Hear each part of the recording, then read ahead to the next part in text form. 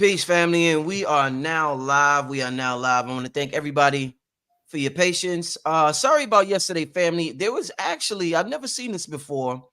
There was an issue with StreamYard, the platform I used to stream on, and they said they were so busy that nobody could go live. So if you noticed, Red Pill yesterday, he used Zoom to go live, but I don't know what happened. I guess they're getting extremely popular. I don't know if technical difficulties or what, but yeah, I really wanted to come live yesterday, but today's another day. It's Friday night, so we're gonna make it happen tonight.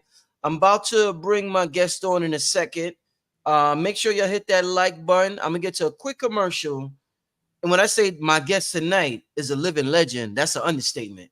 So I want y'all to get comfortable. We're about to go in. We're going to go in for about an hour, a little over an hour. We're going to have a good time tonight. Hit that like button. Tell your friends and family. Share the link with your friends and family.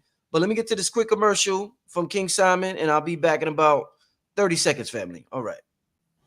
Numerovation with King Simon. Text me now at 347-496-1022. You can also take my course if you want to, but do text me for your sessions at 347-496-1022. You can also get my books on Amazon at Linktree/King Simon the Numerovator. Remember, you can book your session and get it done right now. 347-496-1022. That's 347-496-1022. King Simon the Numerovator. All right, family. Without further ado, I want to welcome back, second time to the platform, the founder, chief priest, and Shekemer Shechem of the Asar Aset Society. This brother is trained as a concert pianist, a composer, a music man. I'm into my music. He authored over 40 books, 100 musical compositions, none other than Raul Nefer. Amen. My brother, welcome back to the platform. Thank you for inviting me again. Oh, yeah. Hey, that first one we did was a classic, man. They loved that one, man. They loved it. Well, you brought out the best of me. That's what I'm here to do. That is what I'm here to do. Hey, listen, my brother, my elder, we have a wonderful conversation tonight. I remember years ago, 20 years ago, the majority of people thought of the world as physicality. Everything was physical. The body was physical. Everything, you just thought of everything as matter, as physical. As quantum physics became more popular and people tapped into spirituality, Eastern spirituality, and different forms of spirituality outside of religion, we realized how important energy was and how much of a factor energy plays in who we are. And I think, in fact, they said an atom is composed of 99.9999999% empty space. But we find out that empty space really isn't empty. It's filled with something, but it's not empty. But listen, this thing that we call, everybody wants to know how to manifest, my brother. Everybody wants to know, how do I get this? How do I get that? Whether it's love, happiness, whether it's a quality education for their children, or whether it's health for themselves. That's, obviously that's the most important, because you can't do none without health. And all of this involves manifesting things into this realm. And I'm here to have a wonderful conversation with you tonight about the technology of this body, the technology of our mind, our thoughts, our feelings, our emotions, the world we live in. How does this thing really work on a deeper level? And I think you are the perfect man to talk to about this conversation. So to start out with, my brother, first of all, I want to say, what is your take when you hear the word manifestation? People approach it in so many different ways. There's terms for like the law of attraction. Some people think of it from an energetic perspective. There's many ways to look at it. But when you hear the word manifestation, what approach do you take? Because you and let me just say this, and I know I'm long-winded, but I got to start it like this.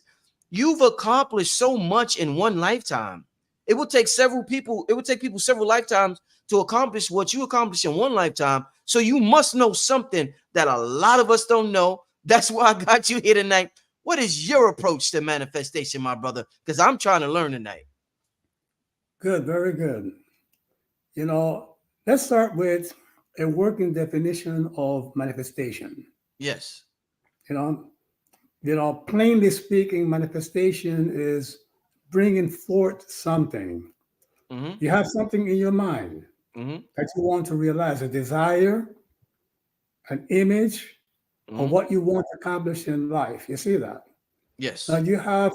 you have two means to make that happen. One is that you could work with your hands, with your body, with external Mm-hmm. things, your money, your education, whatever, to make happen. But another side of you is you're made up also of energy. You see that?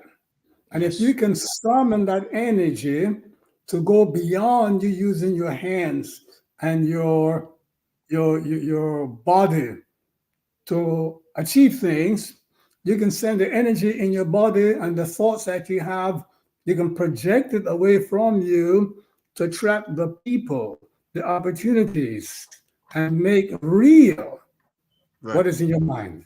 So Right. manifestation is making real, manifest, achieving what your goals, your desires. You see that?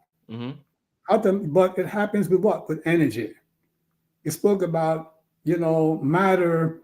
It's not physicality. It's not solid. It's not. But what is in it? Energy. Energy is everything. Everything is energy. You see that? Mm-hmm. So once you learn how to use the energy that you otherwise experience as joy and worrying and anger, whatever, you can, if you know how to harness that energy to send your thoughts of what you want in life out Yeah. to attract the people and the opportunities and the resources to make it happen.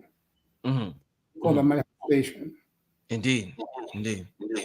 Now, my brother, there's something that I want to get into the topic of mantras to start out with.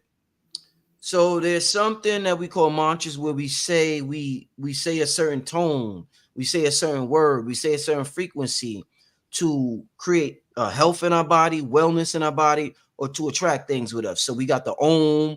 Some people say the vowels. It's different things that people say and use as mantras in the east and the west.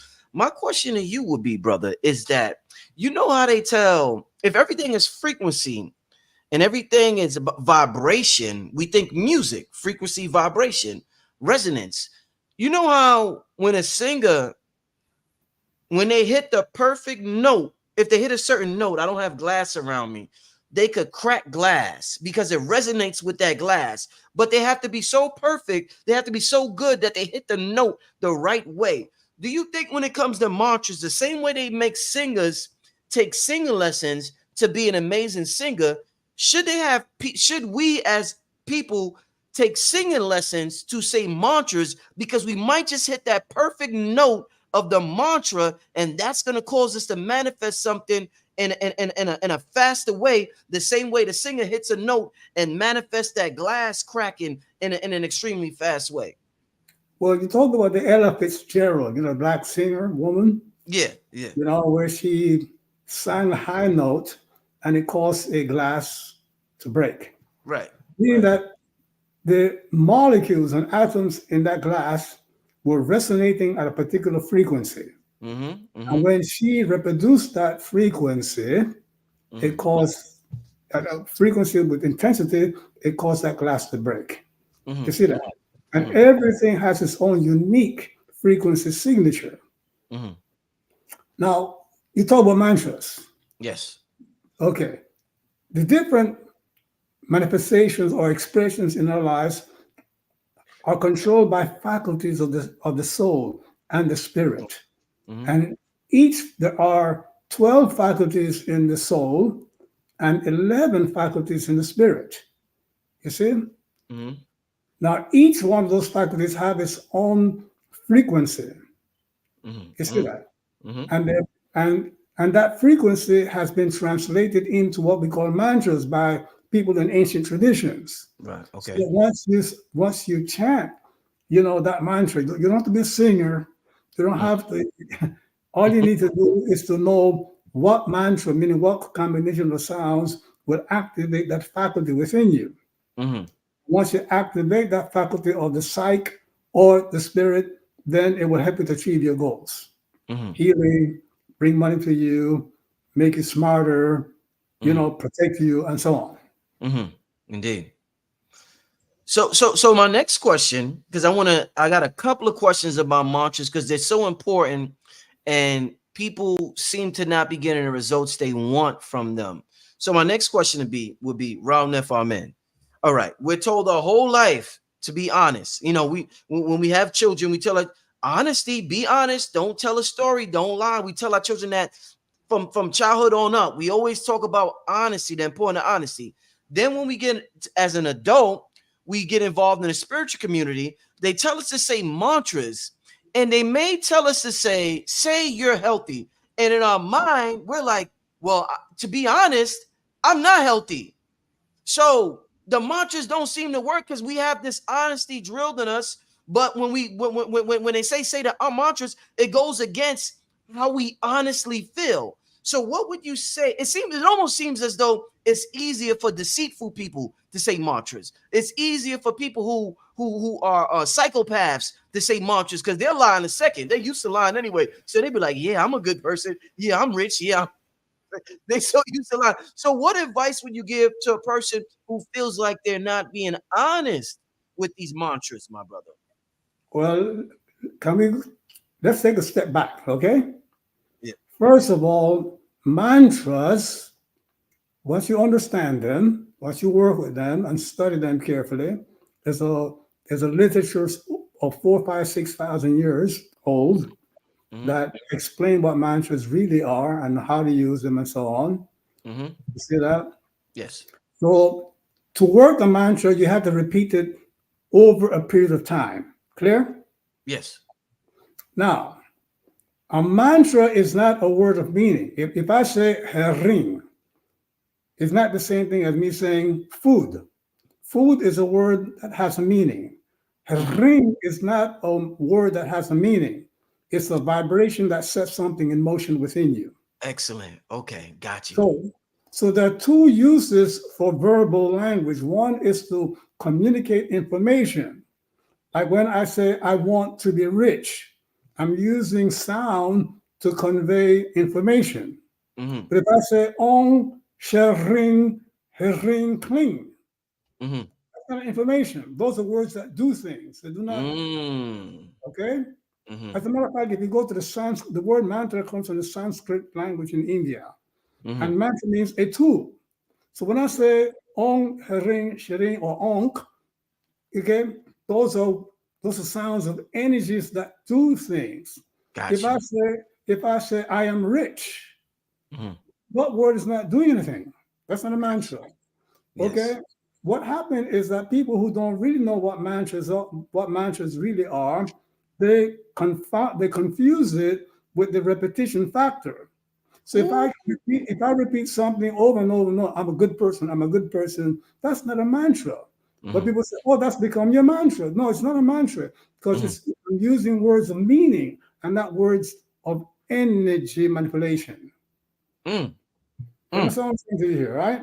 Got you. Yeah, yeah. Okay. So if I say I'm confident, I have good self-esteem, that's called an affirmation. You see that? Yeah, yeah. Right? Now, and I'm writing a book. I'm gonna have a book by the end of this month. Another one, right? You know, that would be my something like, I don't know, 48, 49 book. I don't know. I lose track because I have a few unpublished, the privately published books as well for my students and my priesthood members. You see that? The thing is that, you know, when you're working with mantras, you have to repeat them over and over again. You see, in a particular state of mind, particular brainwave state. You see that? So you learn how to breathe a certain deep abdominal breathing over and over and over again. You see that? So you're putting forces and faculties of your spirit and your soul into activity. Okay? Which is not repeating a statement of meaning. So if I say I'm confident, there's nothing in that phrase, okay, that will make me confident. Okay, if I repeat it often enough, I might increase my confidence, but in most cases I won't. But that's not a mantra. You see, I'm repeating the phrase the way I would repeat a mantra, but it doesn't make it a mantra. Got you. Okay. Got you. And I have a book called Medunative Volume 6. What's it called? The Volume 6 of my Medunative. Okay. Series, and it gives you 72 mantras that you can use for over 300 areas of life. Right. Wow. You see that we've had people that were I don't want to mention names, but people who were charged with crimes that they didn't commit. You follow what I'm saying? But and put in jail for many years or whatever. And once they did the meditations, they were out of jail in a short time. You see? Okay, and that's not a lot, because they were honest. They were honest. They had not committed the crime, so the authorities could not hide and play around with evidence. You see that? No, There's a young man that was in jail. He was incarcerated like for 20 something years. Okay, and once he did the mantra, he was in jail and he did the mantra a couple of months. They found 300,000 pages of hidden information by the authorities. Ooh. And it was released in a few days, and things that nature. You see that? Yeah. So you see, you are blessed that you have this influence. You see that? Yeah, but it gives you an opportunity to get the ears of lots of young people who have been given the wrong information about these tools of life. You see that? Indeed. So let me show you something real quick. All right, let me put this on the screen. Give me 1 second. All right, I want to show you some lyrics from a song. Since we're talking about manifestation, positivity, mantras, affirmations. This is a chorus from a popular song by artist named DJ Khaled and other rappers, T-Pain. And actually, it's a lot of people considered it, a very positive song. And actually, Obama played it, I think, when he first got elected to the White House the first time. So I'm gonna just read the chorus real quick. It says, all I do is win, no matter what. Got money on my mind, I can never get enough. And every time I step up in the building, everybody hands go up and they stay there. And they say, yeah, and they stay there. Up, down, up, down, up. Because all I do is win. And if you going in, put your hands up in the air, make them stay there. So this is, I'm using this as an example. This is music. This is a rap song. There's also R&B songs, soul songs, different types of songs we use to convey a message. A lot of the times, I want to ask you this. So when you're with your lady loves it. Ladies love when a brother sings to them. They be like, when a brother sings to them, they be like, ooh, they just feel a certain way if a brother singing them. Even if he can't sing, the fact that he's attempting to sing and hit them notes, it feels good to the lady. They say that this invisible energy is a divine feminine energy, and that even the subconscious mind is a divine feminine energy. Does this invisible energy like us to sing to it the same way the ladies on our planet like us to sing to them? When we sing to this invisible energy, does it react the same way the ladies react? Like, is the energy like, okay, I'll give you what you want now? You know how when the artist on stage, he sing, the ladies throw the drawers at them? When we sing to this invisible, if I be like, I am beautiful, does the energy respond faster than if I just say the words because I'm singing to the energy, my brother? You hit a very interesting note there. Okay, come on.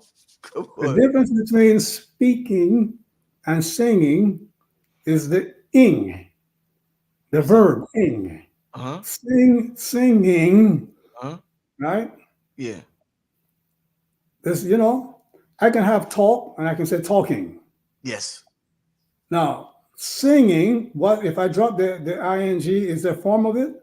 Like talking, sing, not sing. I mean, what's the, So sing is like a verb in itself. That doesn't have an inactive form of it. Like talk and talking are inactive and active forms of the word, right? But sing doesn't have an inactive form. Gotcha. Now, Okay, if you and part of the problem is that, you know, I would like one day to sit down with some of the rappers to really give them an introduction to the ancient wisdom, because, you know, with such great genius that these young men possess and young women possess, if they had a chance to really immerse themselves in ancient teachings, okay, they will be able to really, you know, blow up the system here. You see that? Yeah, yeah. For example, when you study ancient, you know, Hinduism, I don't want to call it that, but the ancient yogic tradition, you find that there is, you know, a concatenation, the NG, the Right. NG, you know, addition to words. Like Mhm. O, you add NG becomes on, right? Ha, you add the NG becomes hang. Act, meaning it becomes NG activates the word, the sound. Right, right. And in the Hindu tradition, it's called the Anusvara. Okay? Yes. And the Anusvara, the swara, has to do now with, you know, breathing. You Mm. see? Here we go. Okay? So that when I'm singing, I'm activating the words, the energy Oh, hidden in the words. You see that? oh. Okay? And if my energy is good and strikes a vein, the young lady would come around. Mhm. Now, the energy system within you, there are two systems within you. One is consciousness, will, the other one is energy matter. So the Mm. energy matter is called the feminine side of you. That's Ra. That Yeah, is, you know, the Shakti, yeah. Kundalini. The Yes. force within you, the active form within you is the female side of your divinity. Mm. The, the masculine side of divinity is the consciousness will. We call it the father. You know, the energy is the mother. And why did the ancients make that relationship? Because the mother, the woman, is the one that produces. Yes. Got The, you. Got you. the guy gives the potential, but the woman's the one that carries and produces. Got So you. you have two sides in you. One is consciousness will. One side of you says, you know, I will stop smoking. And the other one says, not until I give you the energy, not until I give you the feeling.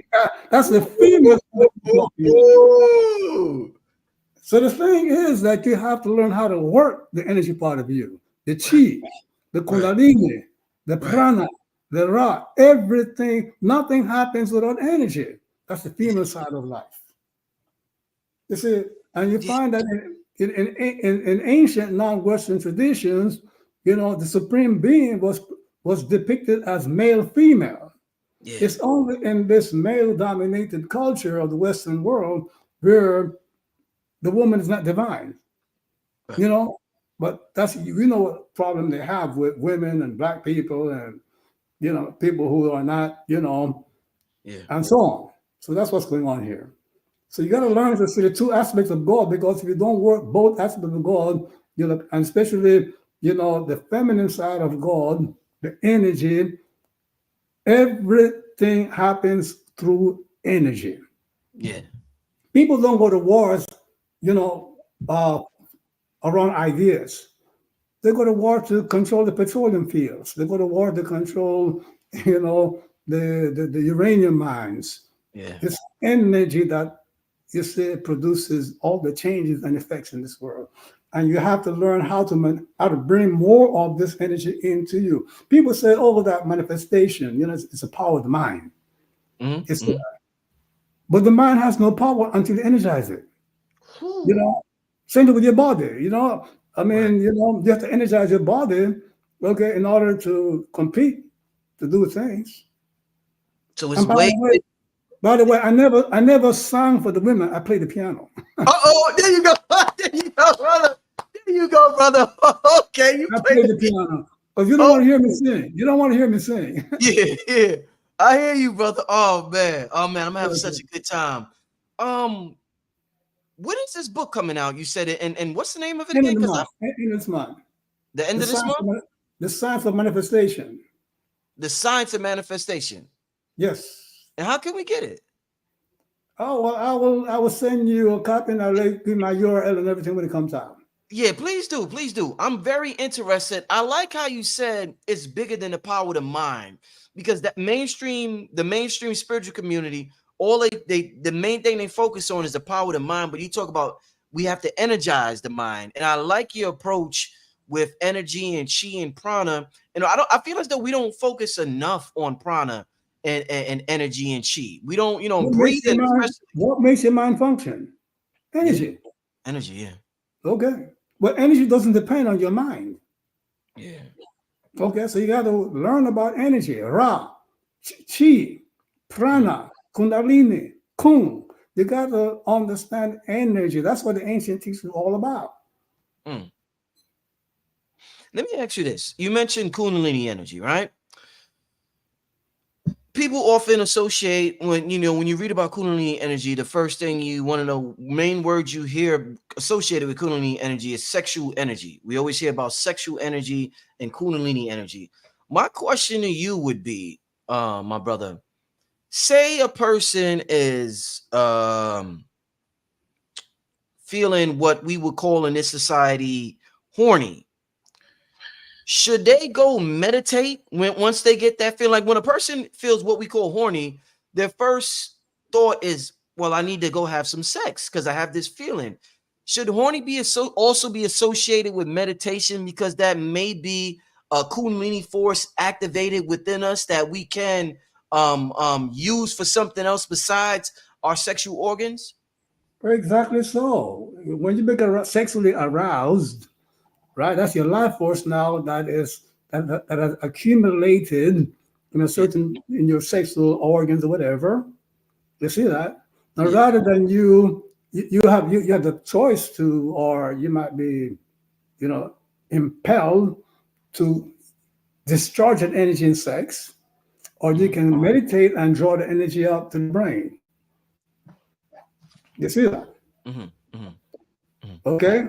So my question to you: what might be more useful, to discharge that energy in sexual play, or to energize the brain to make $1 million?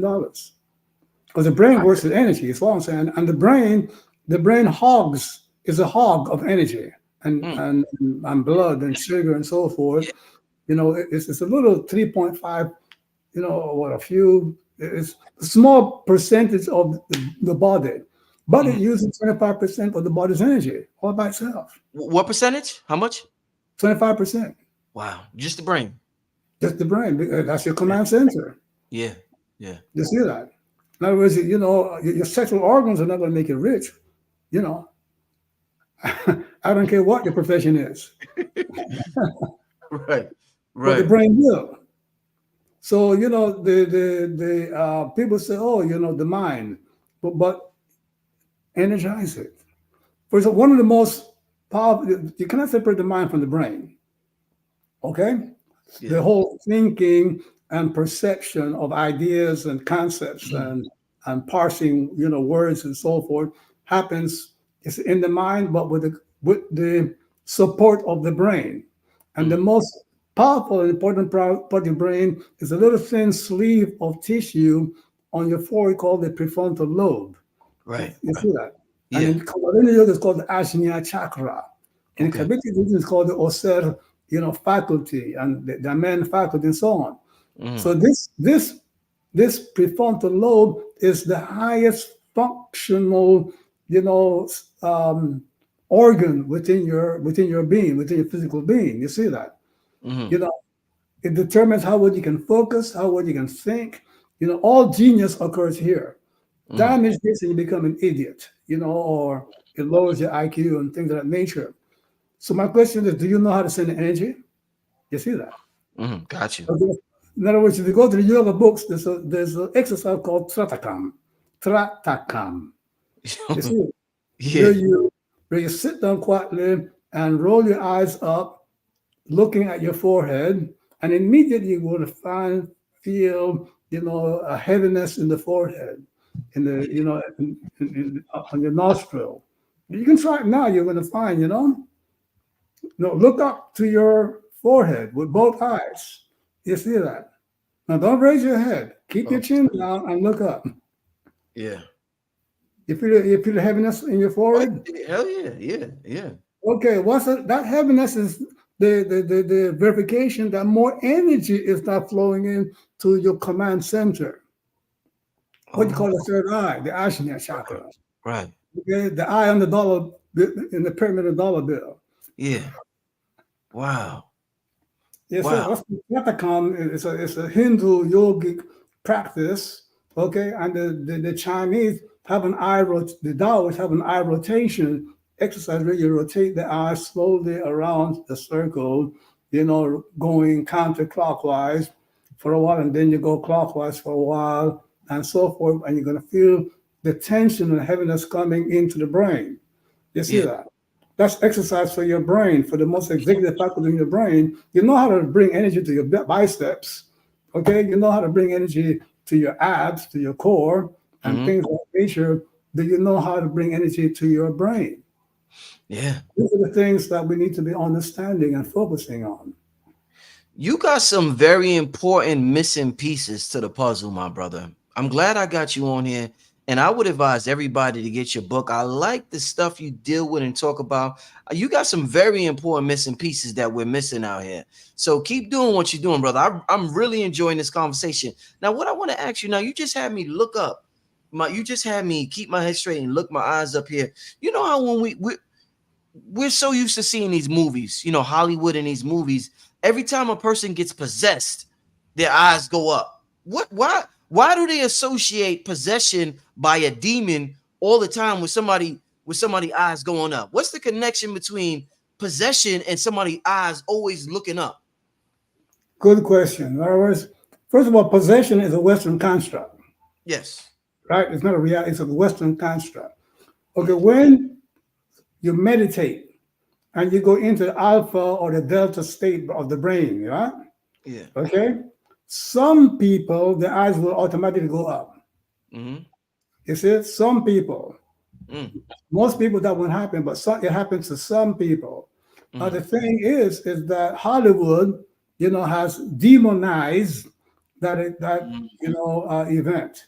But Mm. just simply, in other words, your eyes just go up in response to the need for you to send more energy to that prefrontal lobe. You see that? That's Right. all it is.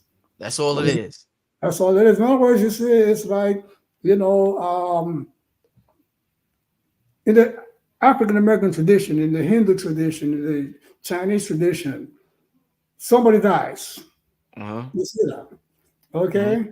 And the the relationship with the afterworld, the afterlife, is a reverence for the ancestors. Mm-hmm. Okay? In the Western world, the other world is a place of ghouls and demons and things of that nature. There's this obsession with Dracula and all that nonsense. But Right. that's a particular culture. In Right. our ancestral culture here, the other world is a place where our beloved ancestors reside. Yeah. So the Western world, Hollywood, Yeah. demonizes it to make money. Damn. Wow. That's what it is. Glad you cleared that up as well, brother. Glad you cleared it up. So you said the brain, you talked about the brain being a command center, but one of the confusing things to a lot of us is that now we hear that we have 2 brains, 3 brains, 4 brains. So let's talk for a second about the different brains. I hear the heart is a brain. I hear your gut got a brain, your brain in your skull. So what's your thoughts on the different brains that we say we have, and when it comes to this energy that you're talking about, this Kundalini energy? Okay. Let's first of all understand that the brain has like well, like 2 trillion connective, you know, Neurons? not neurons, connectors of neurons. Okay. It has billions of neurons and trillion of connectors. Uh-huh. That's in the brain. What Yes. and what you have are neurotransmitters, Yeah. okay, Yes. traveling across these neurons and these astral glial cells and so forth. Okay, and they Mm. communicate through what we call neurotransmitters Mm-hmm. at a speed of about 3 centimeters per second. Right? Mm-hmm. You follow me? Mm-hmm. Now, there's also thoughts in the brain. that travels at a speed of 186,000 centimeters per second. Mm. And then not centimeters, miles. Wow. 186,000 miles per second. That's Mm-hmm. the speed of thought. Right. You see, working in your brain. Mm-hmm. You see that? Mm-hmm. And think of a billion cells doing that Doing that. every Yeah. second. Okay? So the whole thing is that what you have in the liver, in the gut, and whatever, and not brains are really, are receptors for neurotransmitters. You see that? Mm-hmm. Okay? But the generation of the thoughts occur in the brain. You see Right. that? Now, when we talk about the different brains, in the back of your brain, connecting your neck to your lower brain, we have a brain called, the reptilian brain. Mm-hmm. It's a brain the size of a thumb, Mm-hmm. right? And that brain was evolved several 100 million years ago, about 500 million years, about 20 or 50 million years ago, 500 million years ago to be more exact, right? Mm-hmm. And that brain was evolved in the reptilian kingdom. You see that? Yeah. Okay. 250 million years ago, the mammalian brain, the midbrain was not evolved. You see Mm-hmm. that? Mm-hmm. Later on, another 100 million years later, came the parietal lobes in the right and left parietal lobes, which are intellectual processing, brains. And then now come the prefrontal lobe, which is the highest brain so far evolved. Okay. And people say, well, these are different parts of your brain. No, they're separate and distinct brains that were evolved at different times in evolution. You see that? Now, Mm-hmm. the thing is that if you, let's go back to the reptilian brain. You got the size of the thumb connecting your neck to the lower part of your brain, right? If Mm-hmm. that part of the brain dominates you, you are ultra selfish. You see that? If the Mm-hmm. mammalian brain dominates your behavior, you're like a beast.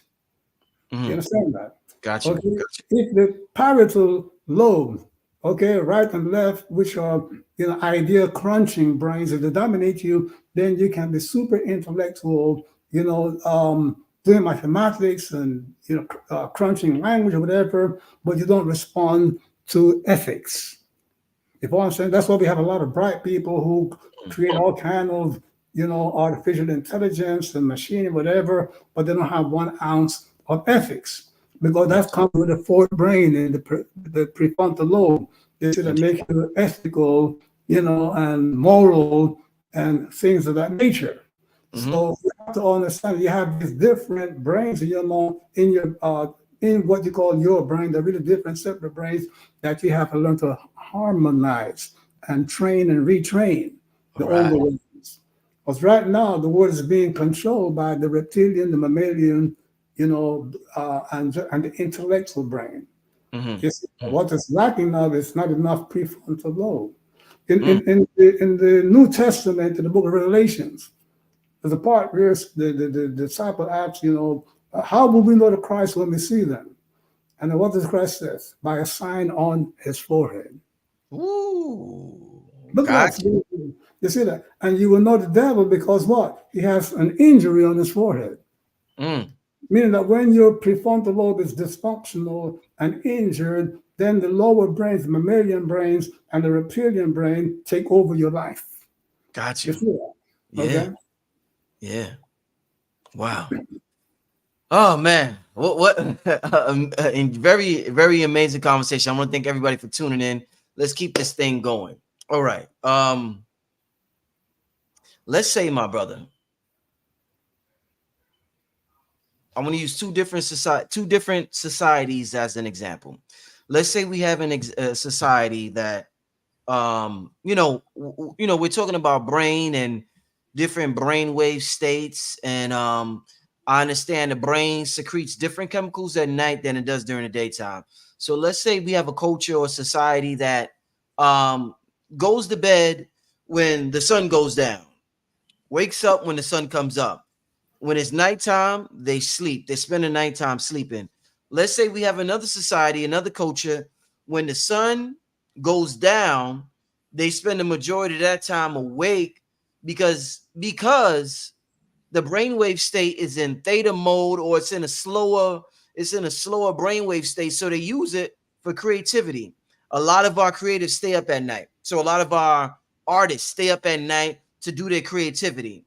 One group sacrifices the sunlight, the other group sacrifices the inner light that happens during nighttime, the melatonin that happens during nighttime that a lot of people use for creativity.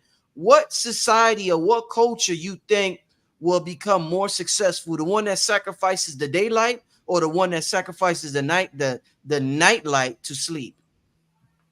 Well, you're using the word sacrifice, meaning sacrifice. I'm destroying something for Yeah, a purpose. maybe that's yeah. You give it No, up. I no, don't. that's a good. That's the correct word. You see, the Yeah, thing is that the body has the time that it appoints.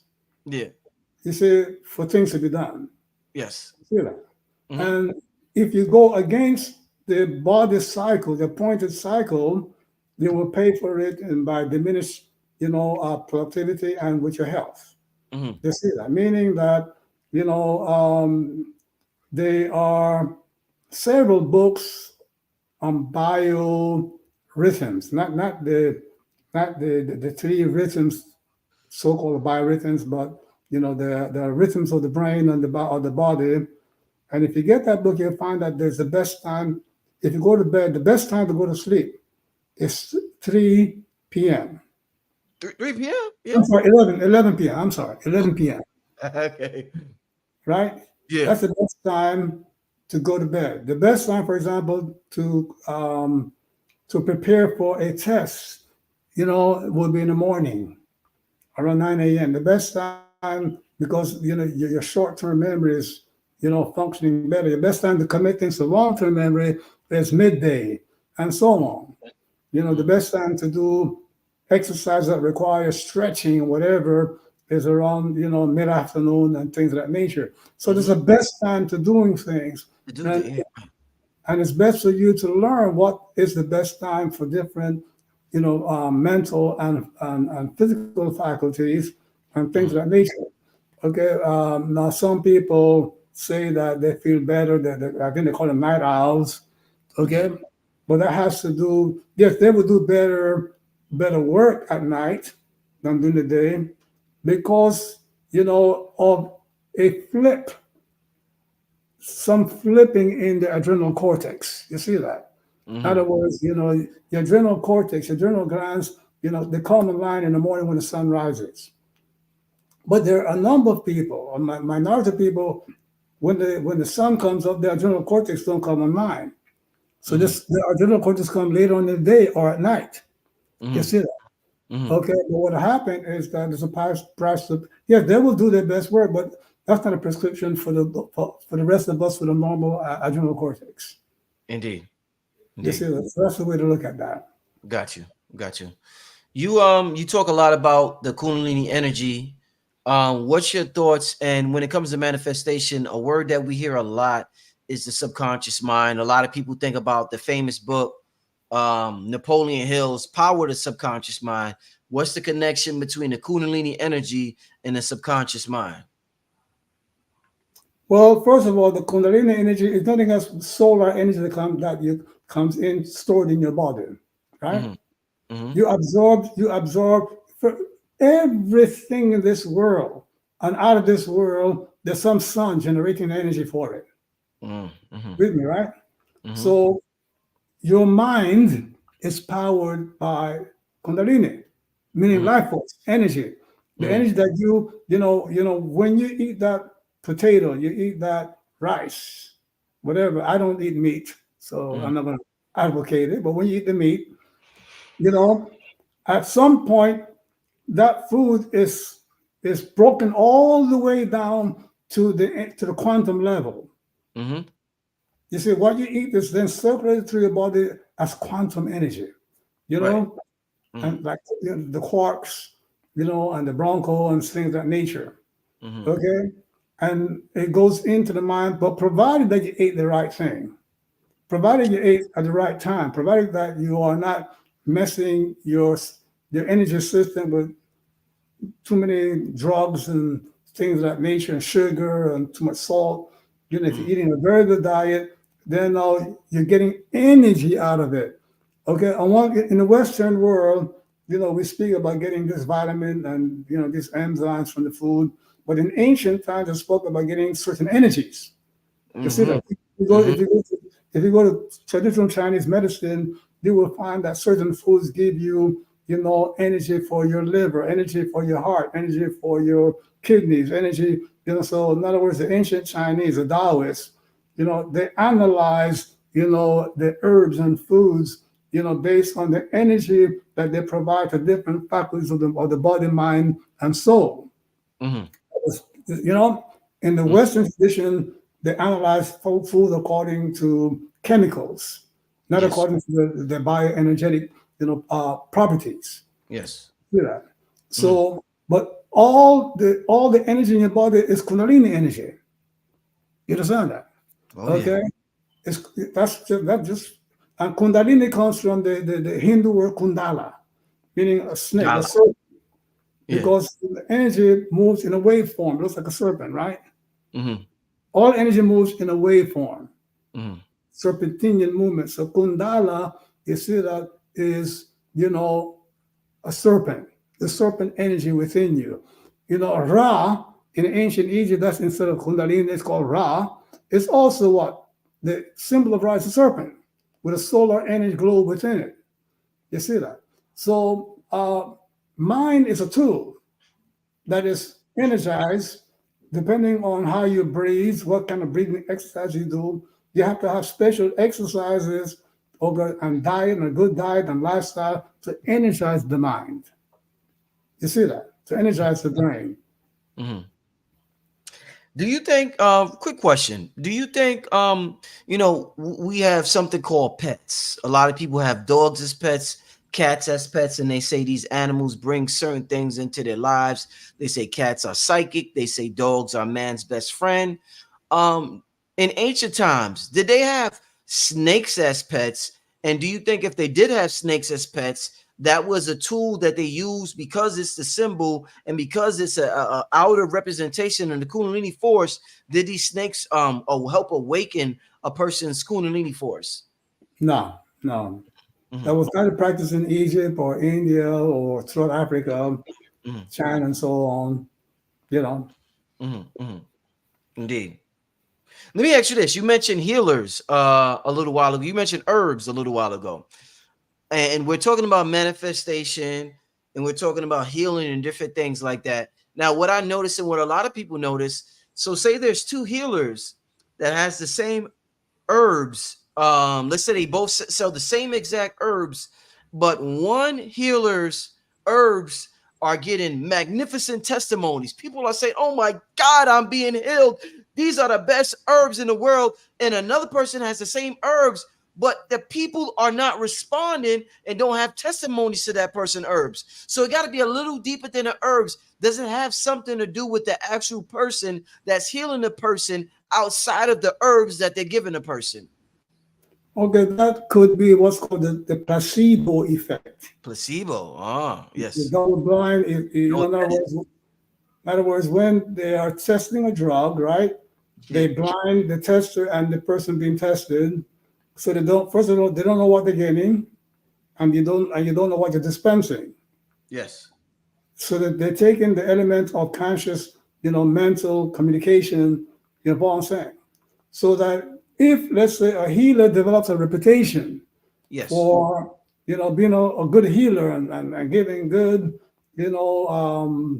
recipes and good comment, good forms, whatever, that reputation that can serve as a healing power as well. Mm-hmm. Mm-hmm. Indeed. You see that? Mm-hmm. So that would be the placebo effect. In other words, then if somebody got a few bad experiences, and people begin to say, "Oh, this guy's stuff, he don't know what he's doing. His stuff is not good." Those thoughts will also depress the functionality of the remedy. Right. Right. And Right. that's why in the drug industry, they change drugs, periodically, Mm-hmm.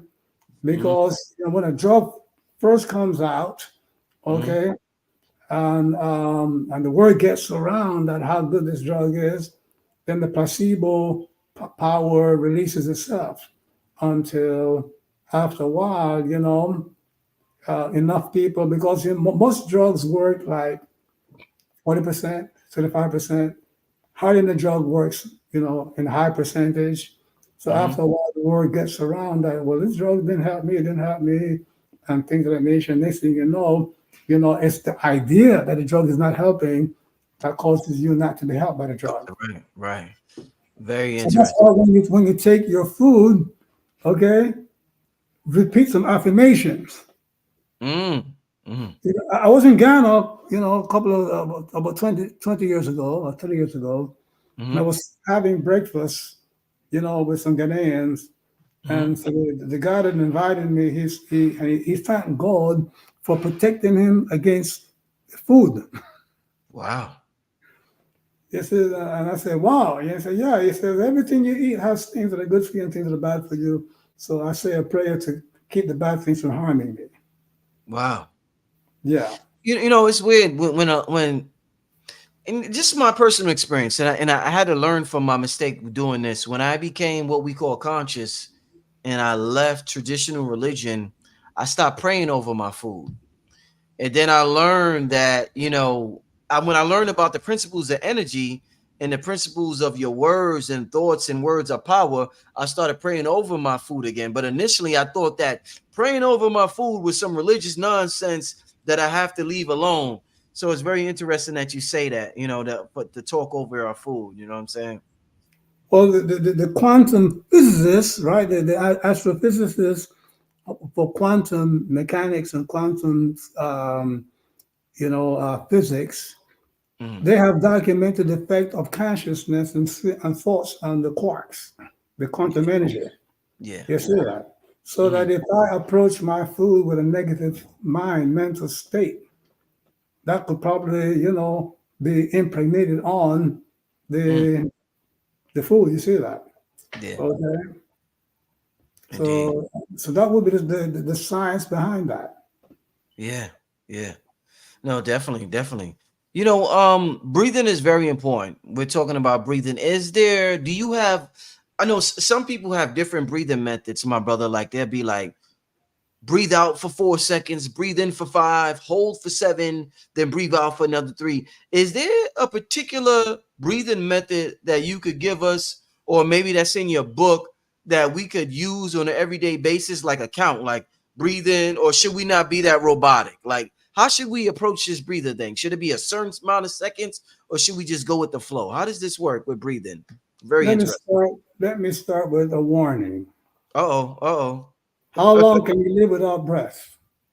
Not long at all, my brother. How long can you live? How long can you avoid brain damage for Whew. lack of oxygen? Man. Follow me here. Yeah, So yeah, approach breathing systems with care and understanding. yeah. There are lots of people on the internet, especially looking for fame and money, and they're just simply going to research thing all over the place and just pour it in on a website, to make money, to get fame, and things of that nature. You see Mm-hmm. that? Mm-hmm. Okay, so approach breathing, with respect, so you don't damage your heart, your brain, and Mm-hmm. of course you're not going to hold your breath long enough to die, but you Mm-hmm. can, the breathing rhythm is starting with your cardiovascular rhythm. You see Mm-hmm. that? Okay, so you can affect the rhythmic cycle of your cardiovascular system if you practice certain breathing techniques that the authors did not warn you against the possibilities. Yeah. You see, now when you go in, so you whatever breathing technique that you follow, less is better. Stay on the on the lesser side. You Yes. know, Yes. most teachers who are teaching through a book will tell you don't hold your breath. Mm-hmm. Breathe in to the count of 4, breathe out to the count of 4. Don't hold your breath. You see that? Or breathe into the count of 4, hold your breath to the count of 2, and then breathe out, and Yeah. so on. This minute. Okay. I've been teaching breathing for over 50 years. I use it as a pianist, as a meditation, things of that nature. And you don't need to hold your breath for long times or whatever to get the benefits. Mm. You see that? Mm-hmm. Okay. I supercharge my brain through breathing exercises. You know, there's a Tibetan breathing called Tumo breathing. You see that? Mm-hmm. That has what they call bandhas, ways to prevent, you know, damage to your heart and your cardiovascular system when you hold the breath for a certain length of time. And these are things that you have to learn and approach very carefully and things of that nature and so on. Okay. Once Qigong came into the Western world, it came along with karate and aikido and these different, you know, martial art techniques. The root of all your martial art techniques is breathing. Breathing, right? The Yes, sir. power and the movement and everything comes from and so on. So the different breathing methods for different martial arts application. You see that? Yes, sir. So what happens is that people, you know, oh, they practice that breathing, they use that breathing, not understanding the specific purpose. You see that? Of that breathing and knowing about the restraints and the warnings and that you have to take and understand that when it comes to breathing, more is not better.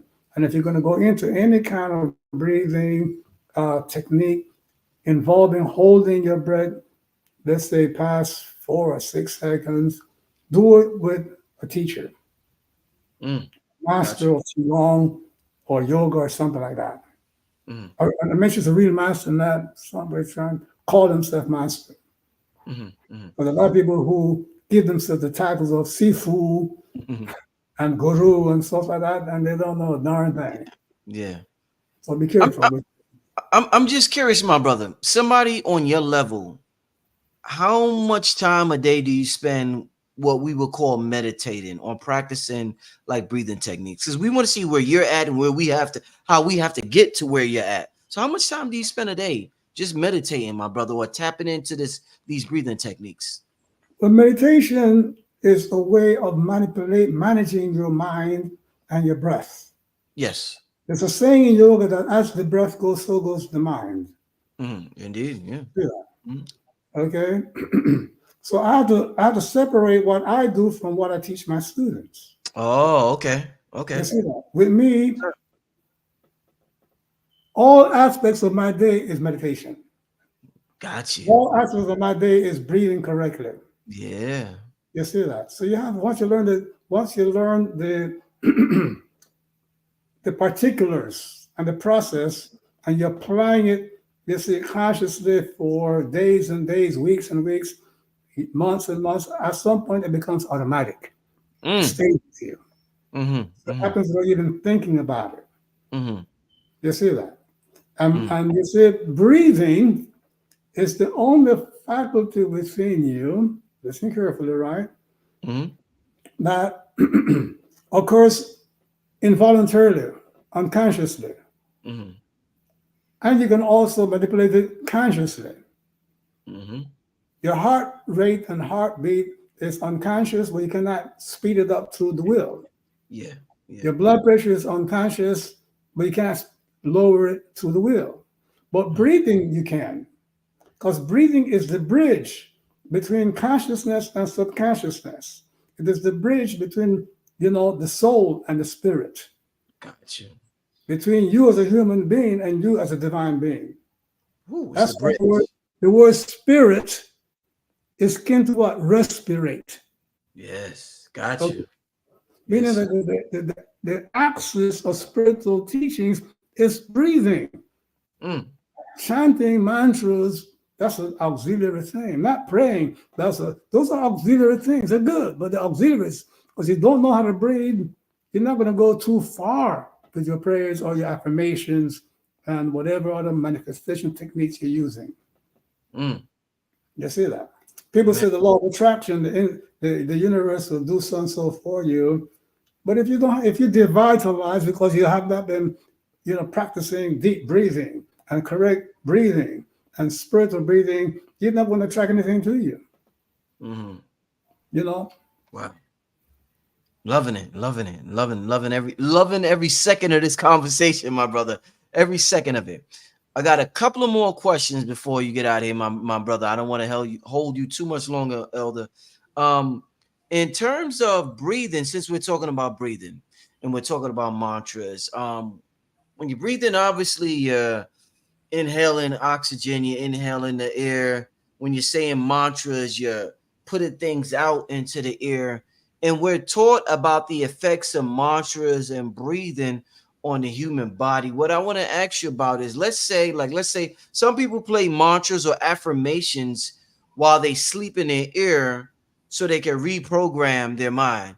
What I want to ask you is how effective is it? Let's say I'm going outside, Elder, and I have a radio or I have a tape player or something, and I play mantras in my work. I know I got work tonight. Say I got an interview with you tonight at 9.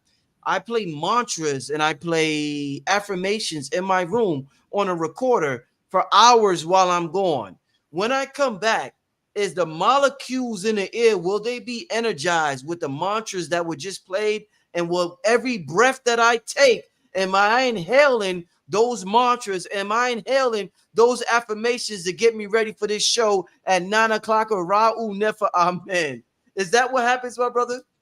I don't see it that way. I don't see that it Okay, can talk happen to that way. Maybe your me. experience is different, but No, I never that, did it before. It's just a question. Never did it before, but I gotta I don't ask see. you, my brother. I don't. From my principles, that's not a thing. Okay. So, I, all right, yeah. I just wanted to know if the affirmations energize the air, but you're saying no, that's not a thing. no, no. Okay, all right, all right. Energize your psychical and your spiritual faculties. Mm-hmm. Energize your brain. Yes, sir. You see that? Yes, yes, sir.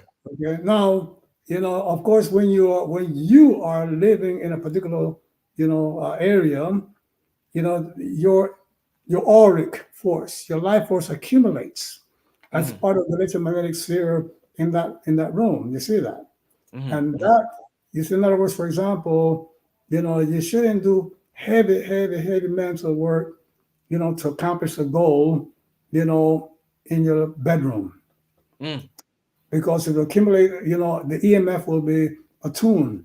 It might yeah. interfere with sleeping. Mm, Yes. very Okay. interesting. Very Yeah, interesting. yeah. In other words, but that's getting into other things now, the EMF side of things and so on. That's another show. Indeed. You studied a lot of ancient cultures, ancient Kemet and things and cultures like that. Um, what a lot of people find with ancient Kemet and the ancient cultures is that they had a name for everything. So like a name for the air, a name for the wind, a name for the sun, a name for the moon, just different names, and they I guess they communicate. It gave them a personal connection. So like let's say if I have a cat, I don't just call it, hey cat, come here. I give the cat a particular name, a distinct name for that cat, and every cat I have, I give it a name as if I had a dog, as if I had a bird, as if I had, a lot of, let's say, just a doll. I would name my doll something and be like, hey, this is a doll, or whatever the case may be. What I want to ask you is when we have something like, let's say we have the subconscious mind, and we know this is connected to infinite consciousness, should we give aspects of our consciousness a particular name the same way we give our dog a name or our cat a name to maintain a more personal relationship with it? And I'll give you an example. Like I remember watching Iron Man, the movie, and the movies Iron Man, he had this suit that he went into, and it was called Jarvis. He was like, Jarvis, do this, Jarvis, do that. And when he said Jarvis, Jarvis did whatever he told it to do. So since our subconscious could do whatever, should I say, Michael, do this, Michael, do that? Would that make it more of a better relationship if we named aspects of our consciousness like the subconscious mind instead of just calling it the subconscious mind? Yeah. Well, first of all, in the Kemetic language, the Yeah. word for name was Ren, Ren, Ren. Right. Yeah. Okay. And it was considered part of the spirit, Yes, sir. an executive part of the spirit. You see that?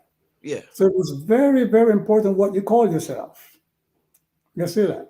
Yeah. And- Yeah. but for what to, and you're supposed to benefit from what you call yourself. So there were meditations that you would build around what you call yourself. You see that? For example, so if Richard really means being rich, and you have an elaborate meditation of what will make you rich, seeing yourself rich, then every time somebody calls you or you give somebody your name and you chant your name to go into trance with your name, that name will help you to become rich.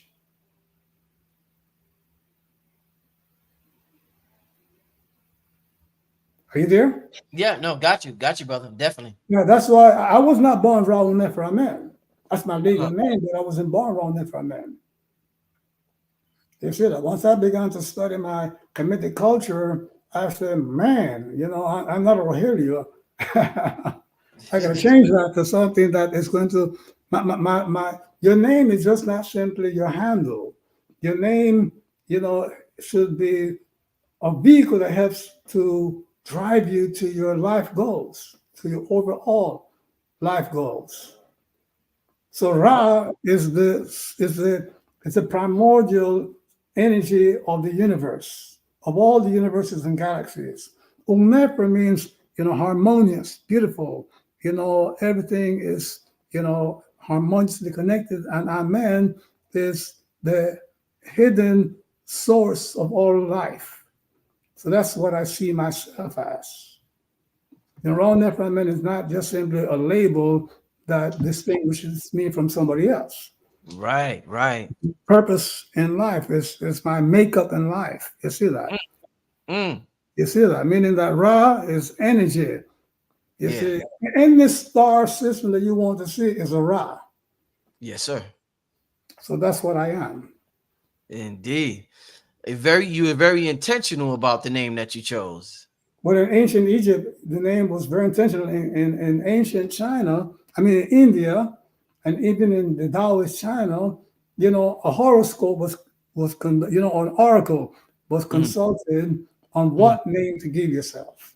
Right. Mm.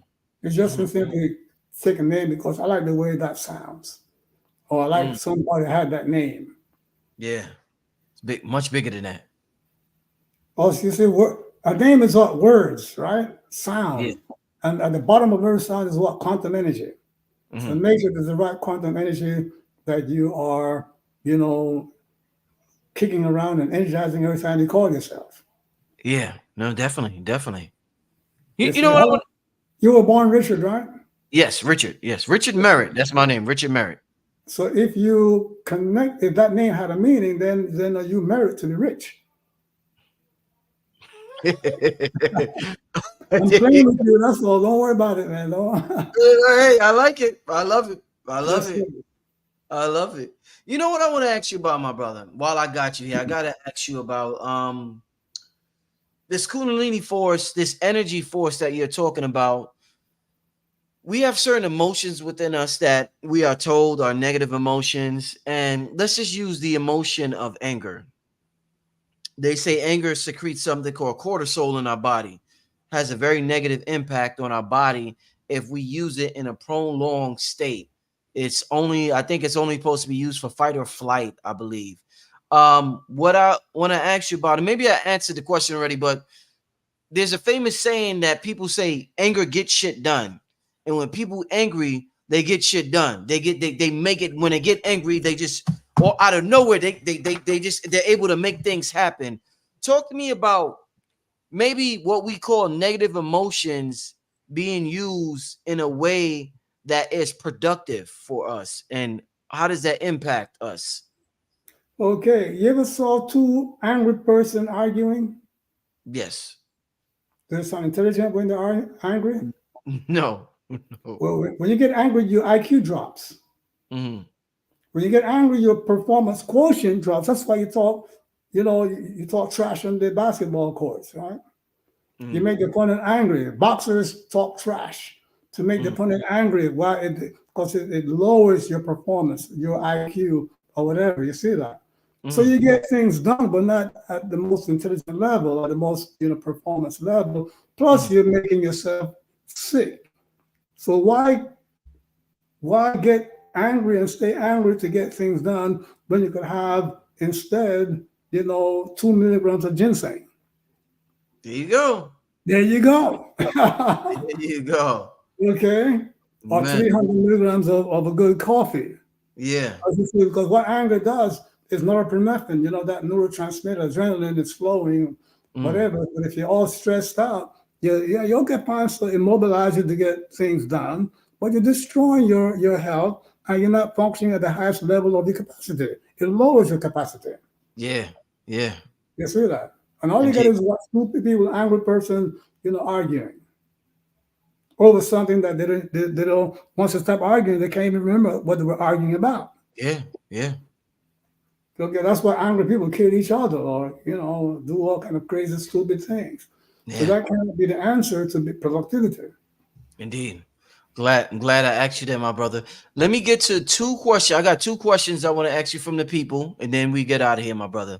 And I definitely appreciate your time tonight. I got two super chat questions. I want to thank the family for sending a super chat donation, and then we're gonna get out of here. Listen, when this brother drops this book, we got over 1,000 people in the chat tonight. I want everybody to get this book. This book, I can't wait. I can't wait to read this book. Like I said, I really love your approach and your angle when it comes to manifestation and energy. And I love how you articulate yourself with this subject. And I think this is something that I could definitely implement in my life. So I definitely appreciate you for just doing what you do, my brother. So let's get to this question. I'm gonna ask this first question from the two questions real quick. First one, please ask him if low cognitive function caused by low estrogen from postmenopause can be corrected through biohormone replacement therapy. Now, I don't know if that's connected to the topic or tonight, but this person decided to ask you that. Well, just a couple of days ago, I heard on the radio that women who were in menopause, who Yes. took, hormone replacement therapy, had a better health, picture than women who didn't. Mm-hmm. Because when you go through menopause, your estrogen and your progesterone drops. You see that? Mm-hmm. Okay, and estrogen and progesterone have a very strong protective function in a woman's body. So, now I don't know, where this information is in terms of the clinical trials, okay, because sometimes, certain trials have not been done with a large enough number of people. You see that? Or what was the statistical, model used to arrive at their conclusions? But it looks like a very, positive and, something that needs to be looked at. So I Indeed. would suggest to all women who are listening to this and all men who love women to look in deeply into it. You see that, okay, for their mothers and their sisters and their wives and so on, and follow it up and things of that nature. You see Indeed. that. All right. And but then Uh, there are things that they can be using also, such as evening primrose oil. You see that, mhm. which is a very good, oil, for, female health. Indeed. Indeed. All right. Let me get to shout out to King Simon in the chat. The brother is sharing the links from the brother Raul Nefer Amen, comediclegacy.com. The brother has a YouTube channel. So make sure you also other links. Make sure you check out the links that King Simon is posting in the chat. If you would like to follow this brother, like I said, the brother has been teaching for over 50 years. The brother, I thought it was over 30. The brother told me over 50 yesterday. So the brother, I mean, this is like I said, to call him a living legend is an understatement. And I advise everybody who's on a spiritual journey to investigate his teachings. I think the brother has something magnificent, absolutely magnificent to offer to the community at large. Okay, so let's get to one last question from the family before we get out of here. Let me go to the chat for this one. Let me see what y'all talking about in the chat before we get out of here? All right, I see a lot of comments. Let's see. All right, we're gonna get to this last question. I think this question is sort of related to a question I asked a little while ago.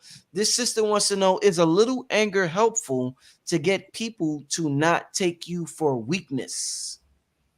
Good question, Ron Nefer, man. And the reason why I say that, because when you have a great heart in this world, it's so easy to be taken advantage of in this world when you have a good heart, so it seems. So, yeah, I'm glad this sister asked that question, my brother.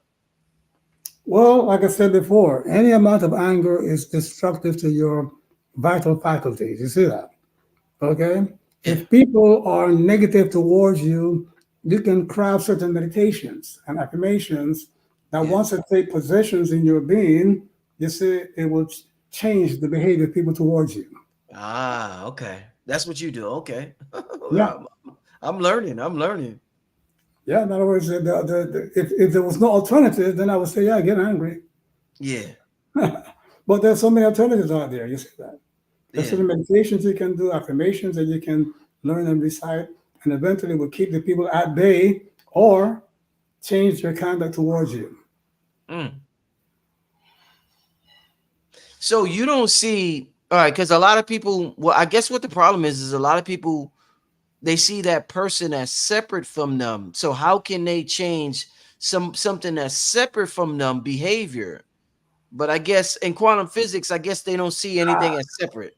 You hit it. You're on the money. You're singing tonight. We're separate. We're separate on the highest molecular level, Yeah. but we are connected on the quantum, level. Right. We're all connected. Everything is connected on the core spirit level. You see that energy level. The thing is for you to learn how to send a message across the spirit domain. Mm. You see that there's certain rules of life that you have to learn, certain spiritual laws that you have to use those conduits. You see that? Right. Right. So hey, let me ask you this. So it's easier to send a message on a quantum domain than it is in the physical domain if somebody's angry, you're saying, or Yeah, hostile. because if I speak to you, most likely you're going to get angrier Angry, yeah. and we're going to go back and forth. You see that? But Yeah. if I learn how to send a message to you on a quantum level, guess what? You're gonna say, "Well, I'm the one who thought that." Oh man. Oh man, I gotta get this book because I gotta listen, man. Wow, that could solve so many Well, problems in the world. while you're waiting for the book to come out, if you go to comediclegacy.com, I Yeah, have other books up there yeah, that will give you this message as well. You see, I have a book called Menev, which is the comedic mindfulness. yeah, You see that? yeah. Okay, spiritual healing is in the spirit, where you can learn how to use mantras and things of that nature to heal yourself, and so on. Mm. Yeah. Man, I definitely I gotta do some shopping tonight, my brother. I'm so happy. I can't tell you how happy I am to have had this conversation and this interview with you tonight. Yeah, I just look forward to having you on again before the year closes out, my brother. Before we get out of here, once again, tell the people any information. I don't know if you got events coming up. I don't know if you have any webinars or workshops or anything. Tell the people anything you want them to know about how to get in touch with you, my brother. Because tonight's episode was an absolute classic, absolutely amazing, brother. But tell the people how they can reach out to you. Well, they can reach out to comediclegacy.com. Yes, sir. Okay, on my website, they can reach out there, and that way they can see my books and all the things that we're doing. Indeed, indeed. Hey, once again, listen, brother. Appreciate Ronald Nefer, man. Shechem. Appreciate you for coming on tonight. That you've done so many amazing works in this world. I want the people to appreciate our elders. I want you to get your flowers while you're here. And for some reason in our culture, we give people flowers when they pass away. And I'm here tonight. Part of my role is to make sure you get your flowers while you are alive, so that you can experience the experience of being appreciated while you're alive. And I'm gonna make sure my people appreciate you while you're alive before you leave this realm, my brother. So may the blessings be bestowed upon you. And I'll talk to you soon, my brother. You hear me? Thank you for having me, and you keep the good work up going, man. You're going to change a lot sir. of lives out here. Thank you, my brother. Shout out to everybody in the chat. See y'all next time. We out of here. Peace, family.